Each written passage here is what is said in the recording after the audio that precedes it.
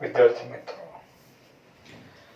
ધોરણ 11 ગણિત, પ્રકરણ 8 દ્વિપદી પ્રમેય, બાયનોમિયલ થિયરમ.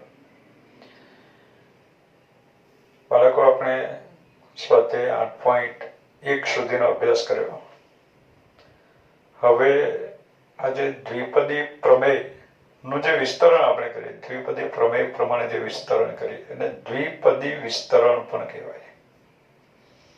તો એ જે દ્વિપદી વિસ્તરણ છે એમાં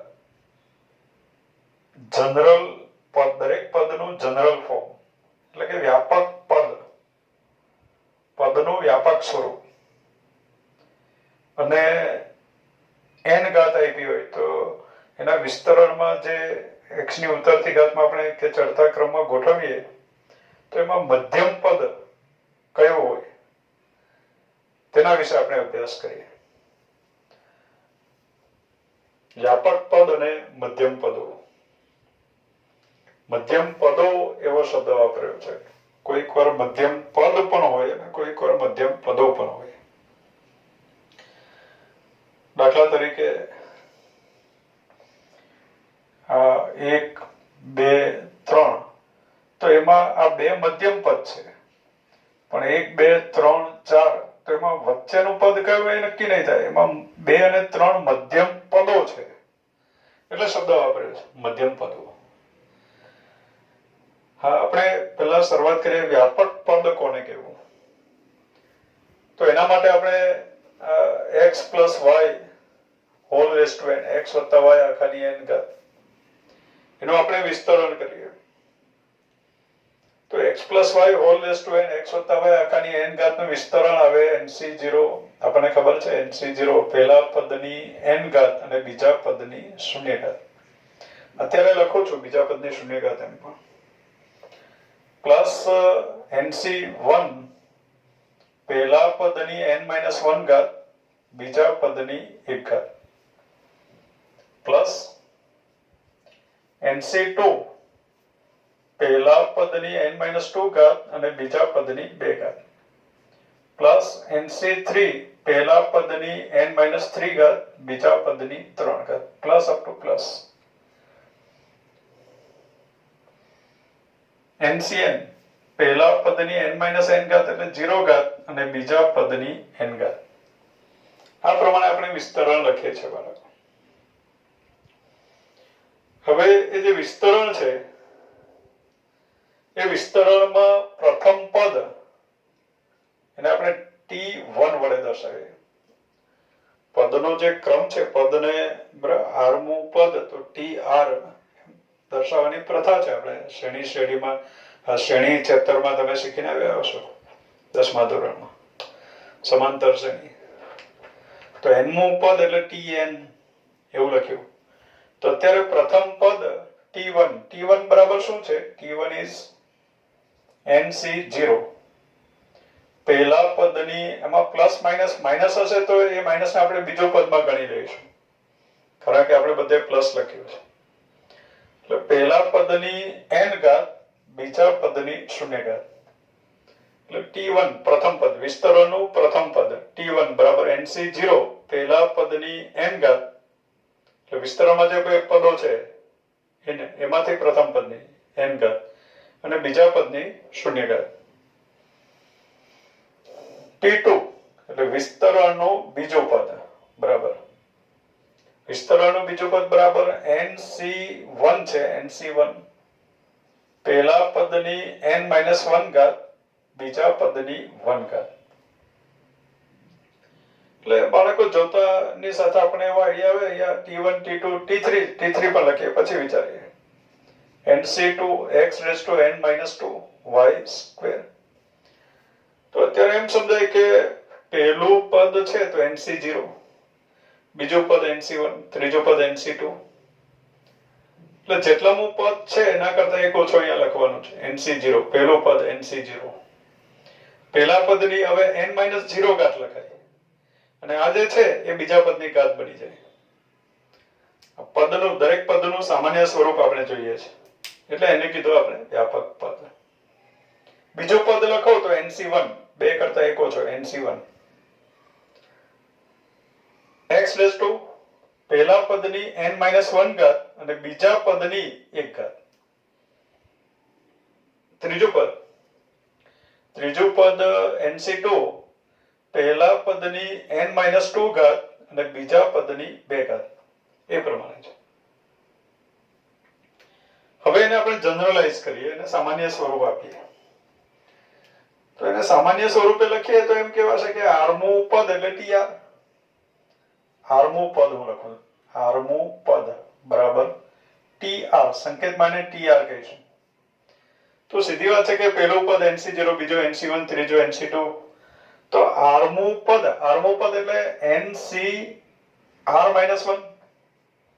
પહેલું પદ હોય તો 0 લખવાનું છે, બીજો હોય તો 1, ત્રીજો હોય તો 2. તો આરમું પદ તો NCR-1. પહેલા પદની એટલે કે x ની n માંથી આ બાદ કરવાનું છે. n-0, n-1, n-2. તો અત્યારે આવશે n-R-1. અને આ જે છે એ બીજા પદની ઘાત બની જાય y⁻R-1. એટલે આ થયું આરમા પદનું સૂત્ર TR. આરમું પદને આપણે સંકેતમાં કહીશું TR. TR is equal to NC R-1. પહેલા પદની n-R-1 ઘાત, બીજા પદની R-1 ઘાત. એટલે બાળકોને ગોખવામાં બહુ મજા નહીં આવે. NCR-1 x raised to n-R-1 y raised to R-1. નહીં મજા આવે. એટલે મજા લેવા માટે આપણે આરમું પદનું સૂત્ર ગોખવાને બદલે આપણે R+1 માં પદનું સૂત્ર ગોખશું. આપણે એવું યાદ રાખશું કે R+1મું પદ, તો એને સંકેતમાં લખશું TR+1.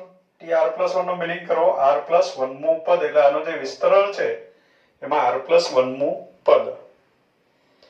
તો R+1મું પદ બરાબર TR+1. અને TR+1 બરાબર, હવે અહીંયા R+1 છે તો અહીંયા લખાશે NC. R+1 કરતા 1 ઓછો એટલે NCR. બોલવામાં ઈઝી રહી, NCR. પહેલા પદની n-R ઘાત અને બીજા પદની R ઘાત. એટલે બોલવામાં સરળતા રહે. એટલે આપણે આરમા પદનું સૂત્ર નહીં ગોખશું મીન્સ કે યાદ રાખશો એમ કે તો જરા સારું લાગે. બાકી હોય તો છે આપણે ગોખવાનું જ. તો આરમા પદનું સૂત્ર કરતા R+1મું પદ એ યાદ રાખવામાં સરળતા રહે છે અને ગોખવામાં સરળતા રહે છે. R+1મું પદ TR+1 is equal to NCR. પહેલા પદની n-R ઘાત, બીજા પદની R ઘાત. એટલે એ પ્રમાણે આપણે R+1માં પદનું સૂત્ર યાદ રાખશું. દાખલા તરીકે આપણને પહેલું પદ જોઈતું હોય તો આમાં R ની જગ્યાએ 0 લખી દઈશું. બીજું પદ જોઈએ તો R ની જગ્યાએ 1 લખશું. ત્રીજું જોઈએ તો R ની જગ્યાએ 2 લખશું. એટલે જેટલામું પદ જોઈએ એના કરતા 1 ઓછો R લખશું. 10મું પદ જોઈએ તો R બરાબર 9 લખશું એટલે આપણને 10મું પદ મળી જાય. એટલે એ પ્રમાણે આપણે યાદ રાખશું કે આ આરમા પદનું સૂત્ર યાદ નહીં રાખશો પણ R+1મું પદ બરાબર TR+1 is equal to NCR x raised to n-R y raised to R. એ પ્રમાણે આપણે યાદ રાખશું. હવે બાળકો આપણે મધ્યમ પદોની ચર્ચા કરીએ. વિસ્તરણમાં મધ્યમ પદ કે મધ્યમ પદો, ખાસ કરીને આપણે મધ્યમ પદના ક્રમ અને મધ્યમ પદના પદોના ક્રમ વિશે જાણવું છે. દાખલા તરીકે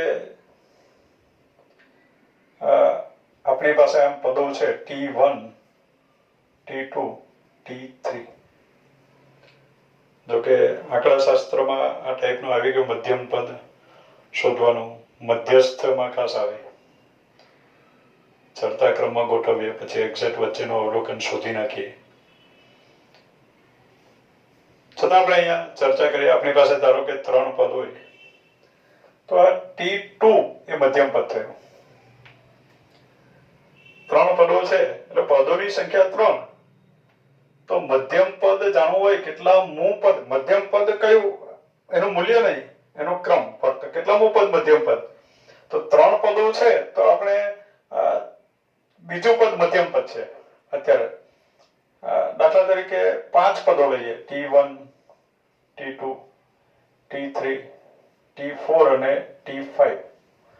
તો આ T3 મધ્યમ પદ થયું.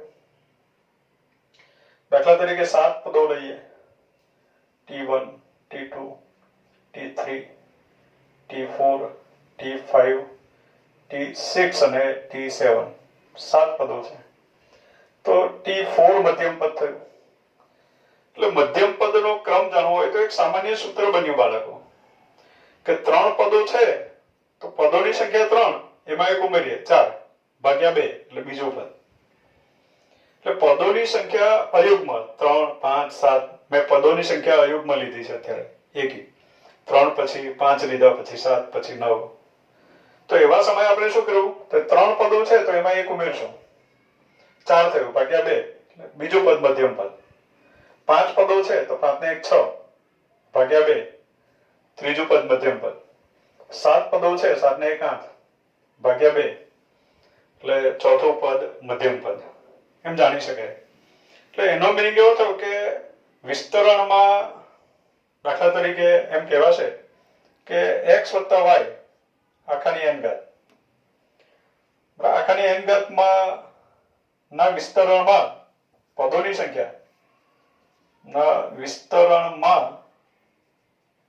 પદોની સંખ્યા કેટલી હશે, તો કે પદોની સંખ્યા n+1 હોય. એની આગળ પણ આપણે ચર્ચા કરી કે 2 ઘાત હોય તો વિસ્તરણમાં 3 પદો હોય, 4 ઘાત હોય તો વિસ્તરણમાં 5 પદો હોય. તો x + y આખાની n ઘાત છે તો એના વિસ્તરણમાં પદોની સંખ્યા n+1 હોય. એટલે આ પદોની સંખ્યા છે n+1. તો બાળકો n+1, હવે આપણે એમ કહી શકીએ કે n+1 અયુગ્મ હોય, એકી હોય, 3 હોય 5 હોય 7 હોય. તો n+1 અયુગ્મ હોય તો મધ્યમ પદ કેટલામું પદ મધ્યમ પદ હોય.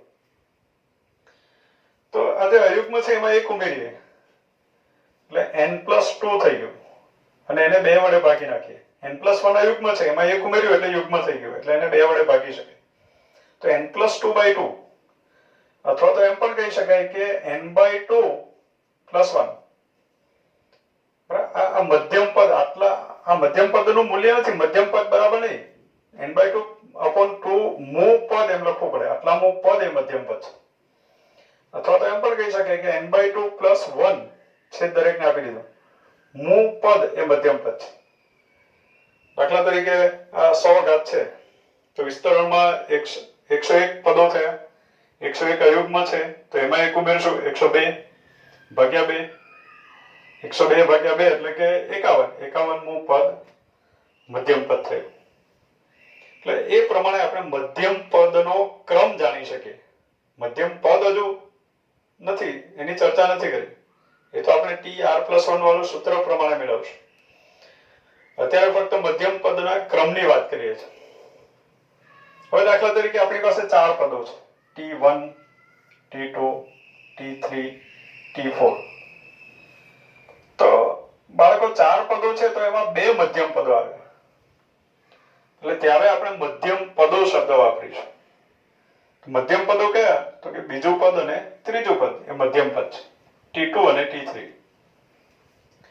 દાખલા તરીકે 6 પદો છે, T1 T2 T3 T4 T5 અને T6. 6 પદો છે. તો એમાં આ 2 મધ્યમ પદો થયા, T3 અને T4. એટલે પદોની સંખ્યા 4 છે તો 4 ભાગ્યા 2 એટલે બીજું, અને પછી એના પછીનું તરત ત્રીજું, બીજું અને ત્રીજું. પદોની સંખ્યા 6 છે તો 6 ભાગ્યા 2 3, ત્રીજું અને ચોથું, એના પછીનું એ મધ્યમ પદો. એટલે પદોની સંખ્યા આ n ઘાત કરીએ તો પદોની સંખ્યા n+1, પણ n+1 યુગ્મ હોય તો મધ્યમ પદ નહીં આવે, તો મધ્યમ પદો આવે. અને મધ્યમ પદો કયા કયા, તો મધ્યમ પદો બરાબર n+1 યુગ્મ છે એને 2 વડે ભાગી નાખીએ એટલે n+1/2 મું પદ, અને એના પછીનું તરત નો એટલે n+1/2 + 1 મું પદ, એમાં એક ઉમેરી દઈએ. દાખલા તરીકે પદોની સંખ્યા 4, 4 ભાગ્યા 2 બીજું અને ત્રીજું. આ મળી જાય એટલે એના પછીનું તરતનું પદોની સંખ્યા 6 તો મધ્યમ પદો 6 ભાગ્યા 2 3 ત્રીજું અને ચોથું. પદોની સંખ્યા 8 તો 8 ભાગ્યા 2 4 ચોથું અને પાંચમું એમ. તો n+1 યુગ્મ હોય તો મધ્યમ પદો મળે, બે મધ્યમ પદ મળે. એક તો n+1 ભાગ્યા 2 કરો એટલામું પદ એ મધ્યમ પદ અને એના પછીનું તરતનું એટલે એમાં મેં એક ઉમેરી દીધું +1 મું પદ. સ્પેશિયલ સૂત્ર ગોખવાની જરૂર નથી. વિસ્તરણમાં પદો કેટલા છે એ જાણી લેવા. પદો અયુગ્મ હોય તો એમાં એક ઉમેરીને 2 વડે ભાગશો એટલે મધ્યમ પદ મળે. અને પદોની સંખ્યા યુગ્મ હોય તો એને 2 વડે ભાગશો એટલે પહેલું મધ્યમ પદ મળે અને એના પછીનું એ બીજું મધ્યમ પદ એમ જાણી શકાય. એટલે વ્યાપક પદનું આપણે સૂત્ર જોયું, TR+1 નું સૂત્ર જોયું. એના પરથી વિસ્તરણનું કોઈ પણ પદ ડાયરેક્ટ જાણી શકાય. નહીતર પછી વિસ્તરણ કરીને એ પદ શોધવું પડે. તો ડાયરેક્ટ અમુક 10મું પદ શોધવું હોય તો r ની જગ્યાએ 9 લખીને આપણે ડાયરેક્ટ 10મું પદ મેળવી શકીએ. આખું વિસ્તરણ કરવાની જરૂર નહીં પડે. અને બીજું મધ્યમ પદ કે મધ્યમ પદો શોધવા હોય તો મધ્યમ પદનો ક્રમ કે મધ્યમ પદોનો ક્રમ કઈ રીતે જાણી શકાય તો તેની આપણે અત્યારે ચર્ચા કરી. હવે બાળકો આપણે વ્યાપક પદ અને મધ્યમ પદ ઉપર આધારિત દાખલાઓનો અભ્યાસ કરીએ. પહેલા આપણે ટેક્સ્ટબુકમાં જે ઉદાહરણ આપ્યું છે ઉદાહરણ નંબર 5 એ સમજીએ. જો 2 + a હોલ રેઝ ટુ 50 નું 17મું અને 18મું પદ સમાન હોય તો એ શોધો. એટલે 2 + a રેઝ ટુ 50 નું એટલે કે એના વિસ્તરણનું 17મું અને 18મું પદ સમાન હોય તો એ શોધો. એટલે આપણું કામ છે આ અજ્ઞાત એ શોધવાનું. અજ્ઞાત શોધવા માટે આપણે શરત લઈ લેવી પડે. તો અત્યારે જે શરત આપી છે આપણે લઈ લઈએ કે 2 + a રેઝ ટુ 50 ના વિસ્તરણમાં 17મું પદ એટલે T17, T16 + 1 પણ લખાય T17 કેમ કે આપણી પાસે સૂત્ર TR+1 નું છે. પણ બહુ ગોખવાની જરૂર નથી, આપણે પ્રેક્ટિકલી કામ કરશું. 17મું પદ એટલે જેટલામું પદ હોય એના કરતા એક ઓછો લખાય છે, NCR એક ઓછો લખાય. T17 તો NC16 આવશે. TR+1 તો NCR લખીએ છીએ આપણે. તો આના વિસ્તરણમાં 17મું પદ અને 18મું પદ સમાન છે એટલે T17 = T18 આ પ્રમાણે છે. ઇમ્પ્લાઇઝ T17 17મું પદ અત્યારે n = 50 છે એટલે NC 17મું પદ એટલે અહીંયા લખાશે 16 50C 16 = પહેલું પદ 2 ની 50 - 16 ઘાત. n માંથી આ બાદ કરવાનું હોય છે n - r. એટલે 2 ની 50 - 16 ઘાત એટલે કે 34 ઘાત. બીજું પદ એટલે a અને a ની 16 ઘાત આ પ્રમાણે થયું = T18 એટલે કે 50C 17 2 રેઝ ટુ 50 - 17 એટલે 33 a ની 17 ઘાત. 17મું પદ અને 18મું પદ સમાન છે તો આ સમાન થયું. એટલે અહીંયા 50C 16 એટલે 50 factorial upon NCR n factorial upon r factorial n - r factorial 50 factorial છેદમાં 16 ફેક્ટોરિયલ 50 - 16 એટલે કે 34 ફેક્ટોરિયલ.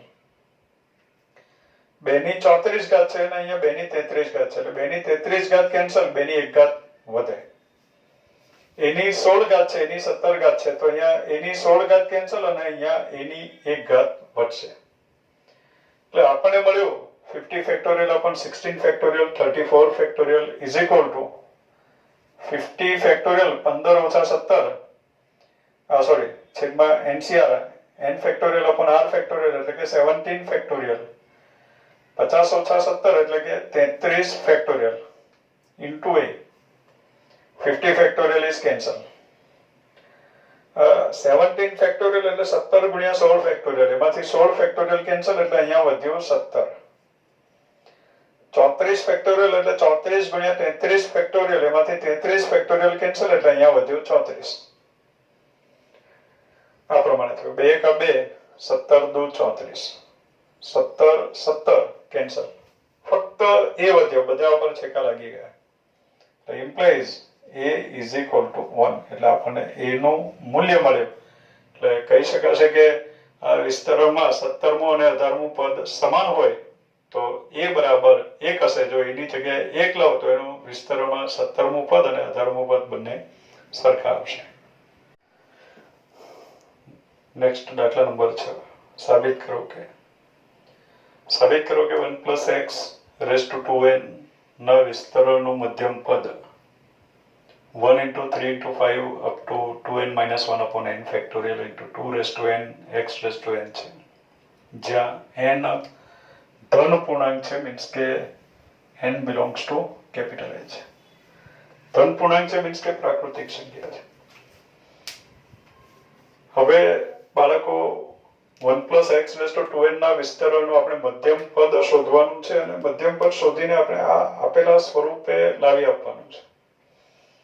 તો અત્યારે આપણે લખીએ 1 plus x raised to 2n ના વિસ્તરણનું મધ્યમ પદ, વિસ્તરણનું મધ્યમ પદ. તો અત્યારે 1 plus x whole raised to 2n છે એટલે આખાની 2n ઘાત છે.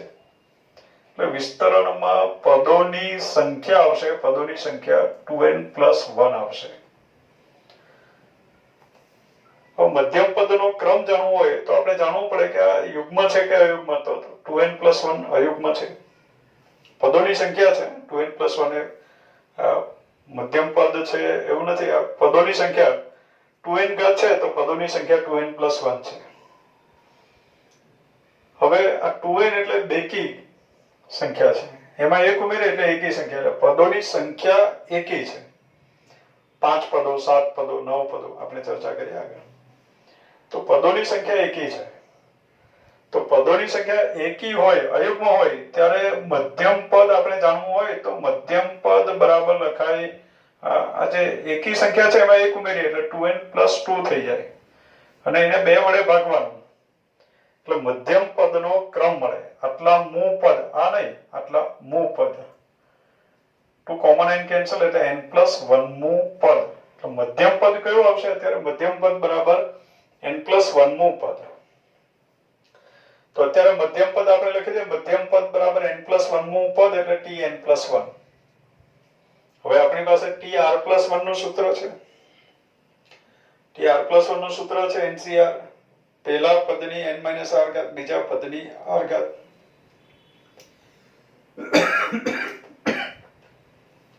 તો અહીંયા tn plus 1, અત્યારે n ની જગ્યાએ 2n છે તો અહીંયા લખાશે twice ncn.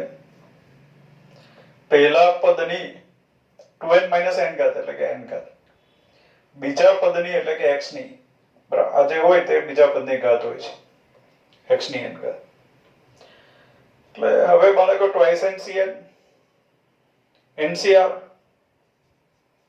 ncr is equal to n factorial upon r factorial into n minus r factorial છે સૂત્ર આ પ્રમાણે આપણી પાસે. તો twice ncn એટલે twice n factorial upon n factorial into twice n minus n is પાછો n factorial. 1 raised to n is 1 into x raised to n. twice n factorial એટલે પ્રથમ 2n પ્રાકૃતિક સંખ્યાઓનો ગુણાકાર, 1 ગુણ્યા 2 ગુણ્યા 3 ગુણ્યા 10 ફેક્ટોરિયલ, પ્રથમ 10 પ્રાકૃતિક સંખ્યાઓનો ગુણાકાર. twice n ફેક્ટોરિયલ એટલે પ્રથમ 2n પ્રાકૃતિક સંખ્યાઓનો ગુણાકાર એટલે 1 ગુણ્યા 2 ગુણ્યા 3 ગુણ્યા 4 ગુણ્યા 5 એમ કરતા કરતા વચ્ચે આવશે n, 2n પ્રાકૃતિક સંખ્યાઓ લેવી છે, વચ્ચે n પણ આવશે, એ પહેલા n minus 1 પણ આવશે, into n plus 1 up to છેલ્લે આવશે 2n minus 1 અને 2n. આ બધી પ્રાકૃતિક સંખ્યાઓનો ગુણાકાર. 1 થી શરૂ કરીને 2n પ્રાકૃતિક સંખ્યાઓનો ગુણાકાર છેદમાં n factorial into n factorial into x raise to n. હવે બાળકો આપણે જે લાવવાનું છે એ પ્રમાણે કામ કરીએ. તો 1 3 5 7 એ પ્રમાણે લાવવાનું છે. એકી સંખ્યાઓ 1 3 5 તો એને અલગ લખી દે, લાવવાનું જ છે. એ જોઈએ છે, દેખાવું જોઈએ. દેખાય ક્યારે? તો એ પ્રમાણે લખીએ તો દેખાય. તો અહીંયા લખીએ 1 into 3 into 5 into 7 up to બેકી સંખ્યા છે. આ 2n બેકી સંખ્યા છે, એ પહેલા એકી સંખ્યા છે, બધી એકી સંખ્યા લખીએ છીએ. એટલે અહીંયા 2n માઇનસ 1. બાકીના નંબર અલગથી લખ્યા. આ જોઈએ છે એટલે અલગ લખી દીધું આપણે. બાકીના નંબર કયા રહ્યા? 2 ગુણ્યા 4 ગુણ્યા 2 ગુણ્યા 4 ગુણ્યા 6 ગુણ્યા 8 ગુણ્યા એ પ્રમાણે છેલ્લે આવશે 2n છેદમાં n factorial into n factorial into x raised to n is equal to 1 into 3 into 5 into 7 up to 2n minus 1. એ જોઈએ છે એટલે એને ડિસ્ટર્બ નહીં કરીએ. હવે બાકીના જે પદો છે એમાંથી દરેકમાંથી આપણે બગડો લઈ લઈએ. આમાંથી 2 લઈ લો, આમાંથી 2. આ કેટલા પદો છે? તો કે n પદો છે. આ કુલ 2n પદો છે. એમાંથી અડધા એકી પદો છે, એકી પ્રાકૃતિક સંખ્યાઓ છે, ને અડધી બેકી પ્રાકૃતિક સંખ્યાઓ છે. તો આ બેકી પ્રાકૃતિક સંખ્યાઓ આપણે અલગ લીધી, મીન્સ કે આ હવે n પદો થઈ ગયા. આ n પદો છે અને આ n પદો છે. દરેક પદમાંથી એક એક બગડો લઈ લો એટલે 2 રેઝ ટુ n થઈ ગયા. એક પદનો એક બગડો, બીજા પદનો બીજો બગડો, n માં પદનો બગડો, એટલે 2 કેટલી વખત આવશે? n વખત ગુણ્યા આનો બગડો લઈ લીધો એટલે 1 ગુણ્યા 4 ને 2 વડે ભાગ્યા 2. બરાબર, 2 આપણે અલગથી લખ્યા. 2 તારી 6, 2 ચોક 8. 2n માંથી 2 લઈ લીધા, n અલગ લખ્યા. લઈ લીધા મીન્સ અલગ લખ્યા આપણે ગુણાકાર સ્વરૂપે. 2 ગુણ્યા 2 ગુણ્યા 2 ગુણ્યા 2 ગુણ્યા n વખત બગડા, 2 ની n ઘાત. હવે બધા બગડા આપણે લઈ લીધા એટલે દરેકને 2 વડે ભાગ્યા એટલે 1 ગુણ્યા 2 ગુણ્યા 3 ગુણ્યા 4 ગુણ્યા n સુધી છેદમાં n factorial x raise to n આ પ્રમાણે થયું is equal to 1 into 3 into 5 into 7 up to 2n minus 1. 1 into 3 into 4 into up to n સુધી છે. તો પ્રથમ n પ્રાકૃતિક સંખ્યાઓનો ગુણાકાર એટલે આ n ફેક્ટોરિયલ છે અને આપણે n ફેક્ટોરિયલ છે. એ cancel. 2 raise to n upon n factorial અને x ની n ઘાત. તો આ પ્રમાણે મધ્યમ પદ મળે. ચેક કરી લઈએ આપણે જે સાબિત કરવાનું છે એના જેવું છે કે નહીં. તો 1 into 3 into 5 into 7 up to 2n minus 1 upon n factorial 2 raised to n x raised to n જે આપણે સાબિત કરવાનું છે. નેક્સ્ટ દાખલા number 7. x plus 2y whole raised to n ના વિસ્તરણમાં x ની 6 ઘાત y ની 3 ઘાત નો સહગુણક શોધો. એટલે x ની 6 ઘાત ગુણ્યા y ની 3 ઘાત એની સાથે ગુણાકારમાં જે વાસ્તવિક સંખ્યા હશે એને કહેવાશે એનો સહગુણક. વિસ્તરણમાં ગુણાકારમાં કોઈ વાસ્તવિક સંખ્યા હશે એને એનો સહગુણક કહેવાશે. એ સહગુણક આપણે શોધવો છે. તો બાળકો સહગુણક શોધવા માટે આપણે એક કામ કરીએ. આખો x ની 6 ઘાત y ની 3 ઘાત વાળું જે પદ હશે વિસ્તરણમાં એ આખું પદ જ શોધી નાખીએ તો સાથે સાથે ગુણક પણ આવી જશે. અને જે ગુણક છે એને આપણે કહીશું x ની 6 ઘાત y ની 3 ઘાતનો સહગુણક. તો એના માટે આપણે લખીએ x ની 6 ઘાત y ની 3 ઘાત વાળું પદ. તો આના જે વિસ્તરણ છે ના વિસ્તરણમાં x plus 2y whole raised to 9 ના વિસ્તરણમાં x ની 6 ઘાત y ની 3 ઘાત વાળું પદ આપણે શોધી નાખીએ. તો આપણને તો ખબર નથી x ની 6 ઘાત y ની 3 ઘાત વાળું પદ કયું, તો આપણે કહી દેવાનું કે x ની 6 ઘાત y ની 3 ઘાત વાળું પદ એટલે tr+1. એક જ સૂત્ર છે આપણી પાસે, કંઈ પણ કે x ની આટલી ઘાત વાળું પદ તો કે tr+1, x ની 6 ઘાત y ની 3 ઘાત વાળું પદ tr+1. હા, એમાં r બદલાયા કરે એટલે આ x ની 6 ઘાત y ની 3 ઘાત વાળું પદનો r અલગ હશે. હવે x અને y ની ઘાત બદલાઈ જાય તો એનો r અલગ હશે. તો આપણે કહીશું x ની 6 ઘાત y ની 3 ઘાત વાળું જે પદ છે એ tr+1 છે. તો સૂત્ર પ્રમાણે લખાશે 9cr પહેલા પદની 9 minus r ઘાત અને બીજા પદની એટલે 2y raised to બીજા પદની r ઘાત.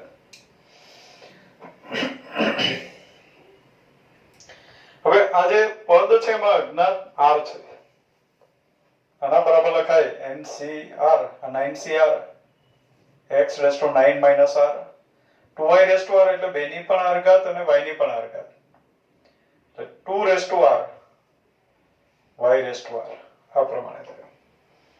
હવે આમાં r ખબર પડે તો આખું પદ આપણને મળી જાય અને પછી આપણે સહગુણક જાણી લઈએ એટલે આપણું કામ છે r શોધવાનું. હવે r શોધવા માટે બાળકો આ કયું પદ છે તો એ x ની 6 ઘાત y ની 3 ઘાત વાળું પદ છે. તો એ પદમાં શું હોય તો x ની 6 ઘાત y ની 3 ઘાત હોય. સીધી વાત છે બાળકો, ફુગ્ગા વાળો હોય તો એની પાસે ફુગ્ગા હોય. બાળપણમાં આપણે શીખ્યા ફુગ્ગા વાળાનું ચિત્ર દોર્યું એટલે મને એ યાદ આવ્યું કે ફુગ્ગા વાળો હોય તો એની પાસે ફુગ્ગો હોય. x ની 6 ઘાત y ની 3 ઘાત વાળું પદ હોય તો એની પાસે શું હોય x ની 6 ઘાત y ની 3 ઘાત હોય. એટલે આમાં x ની જે ઘાત છે અને y ની જે ઘાત છે, આમાં x ની 6 ઘાત છે અને y ની 3 ઘાત છે તો y ની 3 ઘાત અને આમાં છે y ની r ઘાત મીન્સ કે r બરાબર 3 છે. તો અહીંયા નક્કી થઈ ગયું કે આ x ની 6 ઘાત y ની 3 ઘાત વાળું પદ છે તો એમાં y ની 3 જ ઘાત હોય, પણ અત્યારે તો y ની r ઘાત લખેલું છે એટલે therefore આપણે લખી દઈએ r = 3. r નક્કી થઈ ગયું. r નક્કી થયું એટલે હવે આખું પદ મળી જશે. માટે x ની 6 ઘાત y ની 3 ઘાત વાળું પદ કયું આવશે 9cr r is 3. x ની 6 ઘાત આ બેની 3 ઘાત x ની 6 ઘાત અને y ની 3 ઘાત તો x ની 6 ઘાત y ની 3 ઘાત આ થયો એનો સહગુણક. માટે x ની 6 ઘાત y ની 3 ઘાત નો સહગુણક એનો સહગુણક આવ્યો 9c3. 9c3 એટલે 9 થી શરૂ કરીને 3 અવયવ 9 × 8 × 7 છેદમાં 3 ફેક્ટોરિયલ એટલે 6 બેની 3 ઘાત એટલે 8 3 2 6 2 14 8 7 અથામ 56 × 4 6 ચોક 24 વધી 2 4 25 ને 2 22 એટલે x ની 6 ઘાત y ની 3 ઘાતનો સહગુણક આવ્યો 224.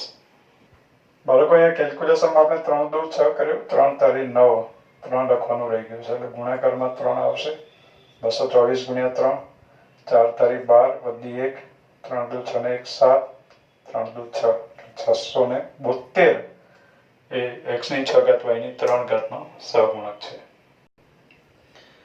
નેક્સ્ટ દાખલા number 8 x + a whole raise to n ના વિસ્તરણમાં બીજું ત્રીજું અને ચોથું પદ અનુક્રમે 240 720 અને 1080 છે. તો x a અને n શોધો. તો અત્યારે આપણે આપ્યું કે x + a અજ્ઞાત x a અને n આપણે શોધવાનું છે. આપણે આપ્યું છે x + a raised to n ના વિસ્તરણમાં બીજું પદ એટલે કે t2 = 240 240 T2 બરાબર 240, T3 ત્રીજું પદ 720 અને T4 બરાબર 1080 આ પ્રમાણે આપ્યું છે. T2 is equal to 240 છે તો સૂત્ર પ્રમાણે T2 બરાબર લખાશે n ની જગ્યાએ તો n જ છે એટલે NC1 પહેલા પદની n-1 ઘાત બીજા પદની 1 ઘાત એટલે એની 1 ઘાત x ની n-1 ઘાત બરાબર 240. T3 એટલે કે NC2 x raised to n-2 a square બરાબર 720. T4 is NC3 x raised to n-3 a cube બરાબર 1080. તો બાળકો આપણી પાસે આ ત્રણ પરિણામો છે. આને કહી દે આપણે પરિણામ નંબર 1, પરિણામ નંબર 2 અને આ પરિણામ નંબર 3. ત્રણ પરિણામો છે આપણી પાસે.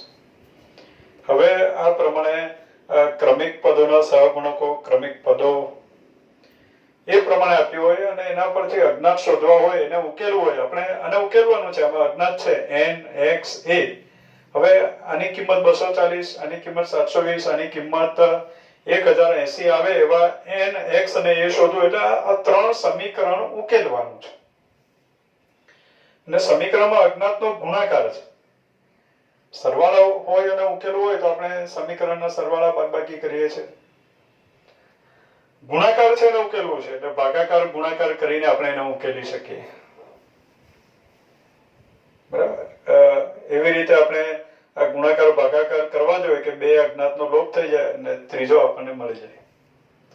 તો એના માટે અત્યારે આપણે આ જે પરિણામ 2 છે તેને પરિણામ 1 વડે ભાગી નાખીએ. ક્રમિક પદો છે એના સહગુણકોને જ ભાગવું. ડાયરેક્ટ 3 ભાગ્યા 1 નહીં કરવું, નહીતર પરિણામ આપણને જે મૂલ્ય મળશે, પરિણામ મળશે એ જરા મોટું મળશે. એટલે ઉકેલવા માટે વધારે મથામણ કરવી પડશે. જ્યારે આ બે ક્રમિક હોય ભાગાકાર કરો, દાખલા તરીકે એની 2 ઘાત ભાગ્યા એની 1 ઘાત એટલે એની 1 ઘાત જ આવશે. એટલે થોડુંક ઉકેલવામાં સરળતા રહેશે. એટલે આપણે શું કરીએ, પરિણામ 2 ને પરિણામ 1 વડે ભાગતા. તો પરિણામ 2 ને પરિણામ 1 વડે ભાગીએ તો આપણને મળે NC2 x raised to n-2 a square upon NC1 x raised to n-1 a બરાબર 720 ના છેદમાં 240. 0 કેન્સલ, 24 એકા 24, 24 તારી 72 એટલે આપણને મળ્યું અહીંયા 3. ઇમ્પ્લાઇઝ હવે NC2 એટલે n થી શરૂ કરી 2 અવયવ n into n-1 છેદમાં 2 ફેક્ટોરિયલ. એટલે અહીંયા આવ્યું n-1 છેદમાં 2 ફેક્ટોરિયલ. એ હું છેદમાં લખી દઉં ચાલશે. 2 ફેક્ટોરિયલ એટલે 2. NC1 is n x raised to n-2 છે, x raised to n-1 છે. x ની n-2 ઘાત છે અને અહીંયા x ની n-1 ઘાત છે. કઈ ઘાત મોટી છે? તો x ની n-1 ઘાત મોટી છે. n માંથી 1 બાદ થયેલું છે એટલે ઘાત મોટી થઈ. n માંથી 2 બાદ થયા છે એટલે ઘાત નાની થઈ. કેટલી નાની છે? કેટલી? 2 વચ્ચે 1 નો તફાવત છે ઘાતમાં. તો કેન્સલ કરીએ તો છેદમાં x વધે. a square upon a A cancel કરો એટલે અંશમાં a વધે બરાબર is equal to 3. આ પ્રમાણે છે. implies n is cancel. એટલે આપણને મળ્યું a upon x is equal to 3 દુ 6 6 upon n-1. એટલે આ એક પરિણામ મળ્યો આપણને. a upon x કિંમત નથી મળી ગઈ, હજુ પણ પરિણામ જ મળ્યો. a x અને n વચ્ચેનો સંબંધ મળ્યો, પણ જે આગળના સંબંધો હતા એના કરતા થોડોક સરળ થયો. તો આગળ 3 નંબર સુધી તો આપ્યું છે એટલે આને હું કહી દઉં પરિણામ નંબર 4. હવે આગળ પરિણામ 3 ને 2 વડે ભાગી નાખીએ. 3 ને 2 વડે ભાગતા પરિણામ 3 ને 2 વડે ભાગીએ તો આપણને મળે NC3 x raised to n minus 3 a cube upon NC2 x raised to n minus 2 a square બરાબર 1080 છેદમાં 720. 0 કેન્સલ. 72 108 ભાગ્યા 72 એવું વધ્યું તો 24 108 એટલે 24 તારી 72 24 ચોક 96 નહીં આવશે 36 દુ 72 અને 36 તારી 108. ઓકે 36 તારી 108 36 દુ 72 3 ના છેદમાં 2 implies NC3 એટલે n થી શરૂ કરીને 3 અવયવ n n minus 1 n minus 2 આ 3 અવયવ છેદમાં 3 ફેક્ટોરિયલ એટલે 3 ફેક્ટોરિયલ એટલે 6 NC2 એટલે n થી શરૂ કરીને 2 અવયવ n n minus 1 છેદમાં 2 ફેક્ટોરિયલ એટલે 2 એ અંશમાં લખી દઈએ. આ x ની n minus 3 ઘાત છે x ની n minus 2 ઘાત છે તો અહીંયા એક x વધારે છે એટલે છેદનો x વધ્યો કેન્સલ કરીએ ત્યારે a સ્ક્વેર કેન્સલ એટલે અંશમાં એ આવ્યું બરાબર 3/2 n n minus 1 is cancel 2 તારી 6 એટલે આપણને મળ્યો 3 તારી 9 એટલે a upon x is equal to a upon x બરાબર 3 તારી 9 ના છેદમાં 2 ગુણ્યા n minus 2. આ a upon x બરાબર આ મળ્યો એ આપણે એને કહી દે પરિણામ નંબર 5. એટલે આપણને a upon x ની બીજી કિંમત મળી. a upon x ની આ કિંમત છે આ પણ a upon x જ છે. તો બંને a upon x ને સરખાવીએ એટલે a upon x નો લોપ થઈ જાય અને અજ્ઞાત n આપણને મળી જાય. એટલે એક અજ્ઞાત તો આપણને મળે. પરિણામ 4 અને 5 ને આપણે સરખાવીએ 4 અને 5 પરથી બંનેની સરખામણી કરીએ બંને a upon x બરાબર છે તો અહીંયા લખાશે 6 upon n minus 1 is equal to 9 upon 2 into n minus 2. 3 દુ 6 3 તારી 9 અહીંયા આવ્યું 2 દુ 4 4 into n minus 2 बराबर 3 into n minus 1 implies 4n minus 8 is equal to 3n minus 3. 4n minus 3n is n is equal to 8 minus 3 is 5. એટલે આપણને મળ્યો n બરાબર 5. એટલે n નું મૂલ્ય આપણને 5 મળ્યો n બરાબર 5 છે. તો બાળકો આપણને n બરાબર 5 મળ્યો. એક અજ્ઞાત મળી ગયો n બરાબર 5. હજુ બે અજ્ઞાત બાકી છે a અને x. તો n નું મૂલ્ય આપણે પરિણામ નંબર 4 માં મૂકીએ એટલે a upon x નું મૂલ્ય મળશે a અને x વચ્ચેનો એક સંબંધ મળે. એટલે પરિણામ નંબર 4 પરથી n ની જગ્યાએ 5 લખીએ એટલે આપણને મળે a ના છેદમાં x બરાબર 6 ના છેદમાં n ની જગ્યાએ 5 લખો 5 ઓછા 1 4 એટલે 6/4 થયું. implies a upon x બરાબર 2 તારી 6 2 દુ 4 એટલે a upon x બરાબર 3/2 આવ્યું. હજુ પણ આપણને a અને x નથી મળ્યા. આ એક અગત્યની બાબત છે કે ટેક્સ્ટબુકમાં a બરાબર 3 x બરાબર 2 એવું લખી લીધું છે પણ એ ગણિત નથી બાળકો યોગ્ય નથી. 3 ના છેદમાં 2 તો a બરાબર 3 અને x બરાબર 2 એવું નહીં કહી શકાય. હા સાચો જવાબ એ જ છે પણ એમ કહી શકાય નહીં આના પરથી નહીં કહી શકાય. હા કારણ કે આને 2 વડે ગુણીએ અંશ અને છેદને તો 6 ના છેદમાં 4 પણ તો હોઈ શકે. a બરાબર 6 x બરાબર 4 શું કામ નહીં લખ્યું? એટલે આમ સરખામણી ના થાય કોઈ દિવસ. ગુણોત્તરમાં અંશ બરાબર અંશ છેદ બરાબર છેદ એવી સરખામણી ના થાય. તો અહીંયા a/x બરાબર 3/2 મળ્યો એને કહી દે આપણે. એના પરથી આપણે એમ સમજો કે x ની કિંમત મળી. x બરાબર 2a/3. x બરાબર 2a/3 મળ્યો. અને ax ની કિંમત આપણે આ જે પરિણામો છે એમાં n અને x ની કિંમત મૂકી દે તો એક જ અજ્ઞાત બાકી રહે a. એટલે a આપણને મળી જાય. તો હું પહેલું પરિણામનો ઉપયોગ કરી લઉં.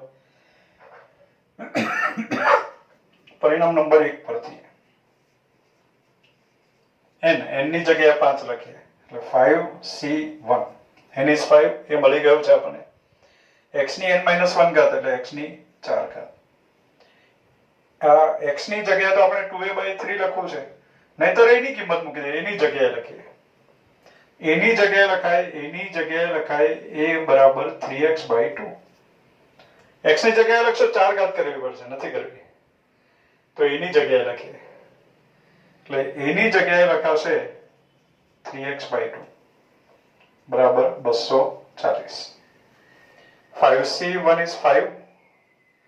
x ની 4 ઘાત ગુણ્યા x ની 5 ઘાત ગુણ્યા 3/2 બરાબર 240. 5 24 4 વધ્યા 5 હતા 40. 48 5 240. 3 16 48. x ની 5 ઘાત બરાબર 2 ગુણ્યા 16 32. 32 એટલે 2 ની 5 ઘાત. આ સરખામણી કરાય હવે બાળકો.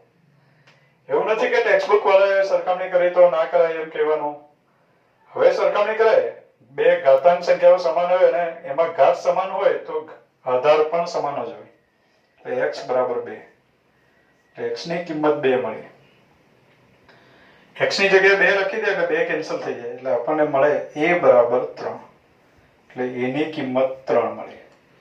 એટલે લાસ્ટ આપણે આન્સર લખી આપશું. therefore x બરાબર 2 છે, a બરાબર 3 છે અને n બરાબર 5 છે. આ પ્રમાણે આન્સર આપણને મળ્યો. નેક્સ્ટ દાખલા number 9. 1 + a whole raise to n ના વિસ્તરણમાં 3 ક્રમિક પદોના સહગુણકોનો ગુણોત્તર 1/7/42 છે તો n શોધો. અજ્ઞાત n આપણે શોધવાનું છે. હવે બાળકો 1 + a/n એનું વિસ્તરણ આ પ્રમાણે આવશે. nc0 1 ની ઘાત ના લખીએ તો ચાલે. a ની 0 ઘાત, પછી આવશે nc1 a ની 1 ઘાત, nc2 a ની 2 ઘાત, nc3 a ની 3 ઘાત પ્લસ અપ ટુ પ્લસ છેલ્લે આવશે ncn a ની n ઘાત. આ પ્રમાણે થયું.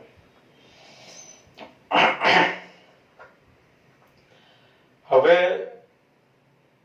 બાળકો 3 ક્રમિક પદના સહગુણકો. 3 ક્રમિક પદો ધારો કે સહગુણક એટલે nc0 nc1 nc2 અથવા તો nc1 nc2 nc3 અથવા nc2 nc3 nc4 આ સહગુણક છે. એ સહગુણકમાં નહીં આવશે. બરાબર, એ પદ છે. સહગુણક ફક્ત nc0 nc1 nc2 nc3 એ બધા સહગુણકો છે. તો અત્યારે 3 ક્રમિક પદના સહગુણકો કયા પ્રકારના હોય? nc0 nc1 nc2 અથવા nc1 nc2 nc3 અથવા nc2 nc3 nc4. એટલે જનરલી આપણે એમ કહી શકીએ કે 3 ક્રમિક પદોના સહગુણકો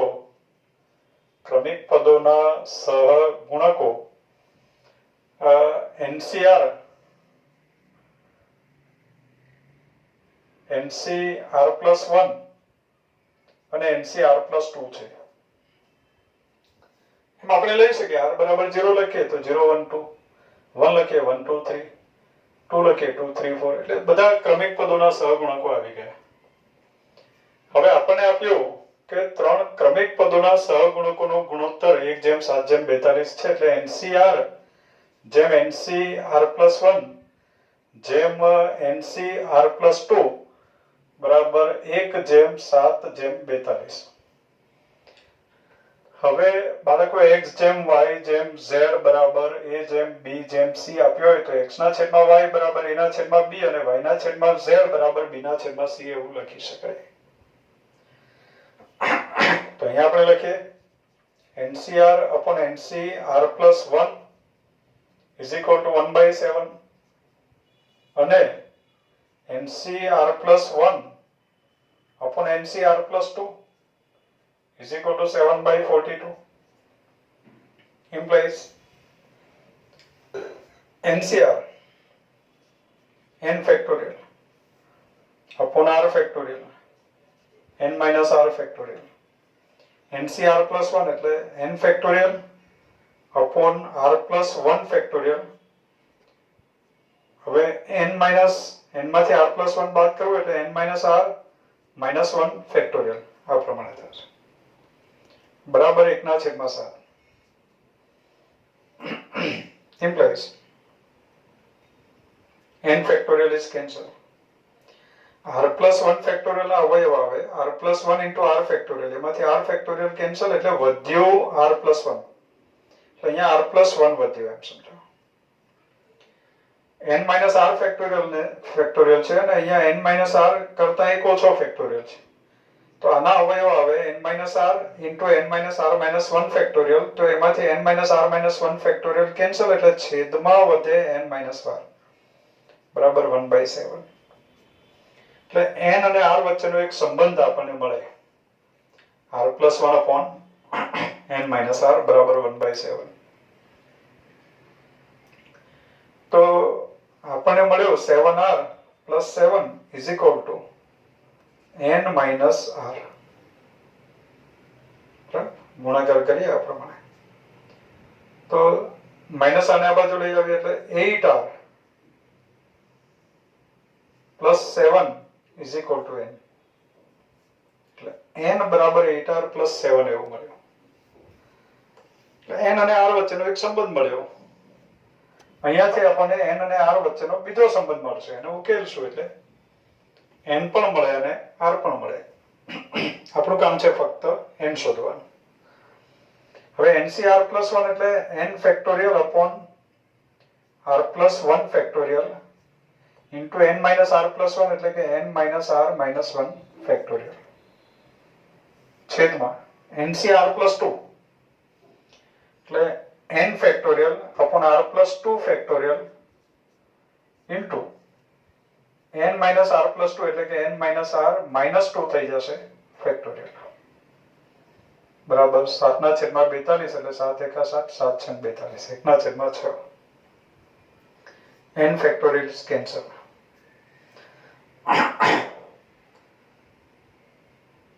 r plus 2 factorial ના અવયવ પડે r plus 2 into r plus 1 factorial r plus 1 factorial છે r plus 1 factorial cancel એટલે આપણને મળ્યું r plus 2 n minus r minus 1 factorial તો એના અવયવ પડે n minus r minus 1 into n minus r minus 2 factorial તો n minus r minus 2 factorial cancel એટલે આપણને મળે n minus r minus 1 is equal to 1/6 આપણને મળ્યું 6r plus 12 is equal to n minus r minus 1 minus આને આ બાજુ લઈ આવીએ એટલે થયું 6r plus r is 7r is equal to 7r plus 13 7r plus 13 is equal to n 7r plus 13 is equal to n એટલે આપણે n છે જો કે આપણે n શોધવાનું છે એટલે r નો લોપ કરવો જોઈએ પણ આ બેની સરખામણી કરશું તો n નો લોપ થઈ જશે કઈ વાંધો નહીં n મળી જાય પછી એ પાછો મૂકશું એટલે r મળી જશે તો અહીંયા આને પરિણામ નંબર 1 કહી દઉં અને આને કહી દઉં પરિણામ નંબર 2 બંનેની સરખામણી કરીએ એટલે 8r plus 7 is equal to 7r plus 13 8r minus 7r is r બરાબર 13 minus 7 is 6 એટલે r બરાબર 6 મળે r બરાબર 6 મૂકી દઉં કોઈ પણ એક પરિણામમાં મૂકી દઉં એટલે n ની કિંમત મળી જશે એટલે n બરાબર r ની જગ્યાએ 6 6 7 42 42 ને 13 55 એટલે n બરાબર 55 મળે એટલે ખરેખર n અને r બંને જ શોધવાનો પ્રશ્ન હોવો જોઈએ એવું નથી કે મને મળ્યું છે એટલા માટે એમ નહીં પણ અત્યારે n જ પૂછ્યું છે. n પૂછ્યું છે તો તમે સીધો r નો લોપ કરીને n મેળવી શકો. પણ બંને અજ્ઞાત છે. n પણ અજ્ઞાત છે અને r પણ અજ્ઞાત છે. કોઈ પણ પ્રશ્ન હોઈ શકે, n શોધવાનો પણ હોઈ શકે અથવા r શોધવાનો પણ હોઈ શકે. તો બાળકો આ પ્રમાણે ટેક્સ્ટબુકના ઉદાહરણોની આપણે ચર્ચા કરી. આગળ સ્વાધ્યાયના દાખલાની ચર્ચા આપણે નેક્સ્ટ વિડીયોમાં કરશું. Thank you.